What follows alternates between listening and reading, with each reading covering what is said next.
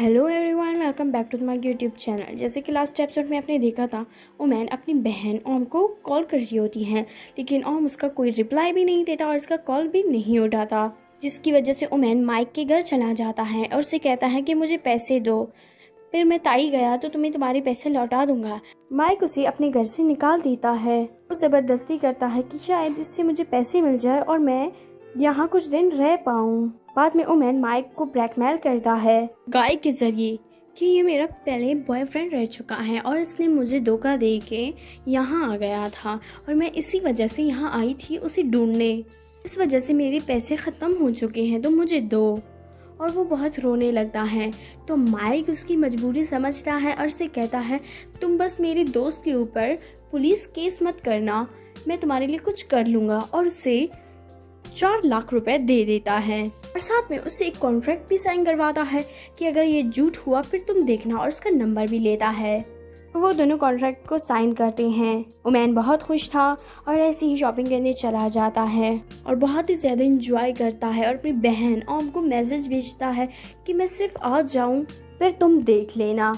तो ऐसे ही वो अपने घर आ जाती हैं और ओम को पूरे घर में ढूंढने लगती हैं, लेकिन ओम उसे कहीं नहीं मिलता और वो बहुत ही ज़्यादा ओम के लिए परेशान हो जाती हैं कि ओम पता नहीं कहाँ चला गया है। वो रात को भी बहुत ही बोर था और परेशान था कि मेरी बहन ओम पता नहीं कहाँ है।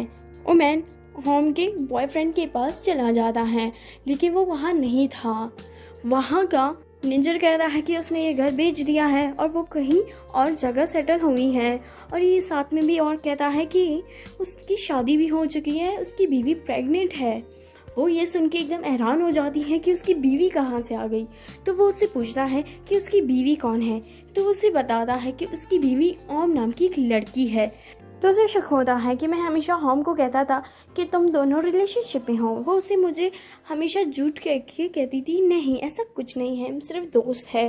ओमैन घर आ जाती हैं तो बहुत ज़्यादा रोने लगती है और वो बहुत उदास थी और ऐसे ही सो जाती है सुकून से।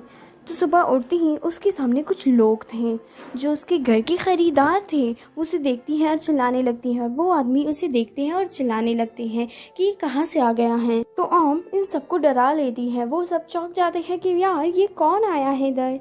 तो वो उसे बताता है कि मेरा घर है, लेकिन वो आदमी उसे कहता है कि नहीं ये घर तुम्हारी बहन ने मुझ पे बेच दिया है, अब ये मेरा घर हुआ। तो वो उसे यही कहता है और बार बार ओम उसे मना करता है कि नहीं, लेकिन वो उसकी बात नहीं मानता।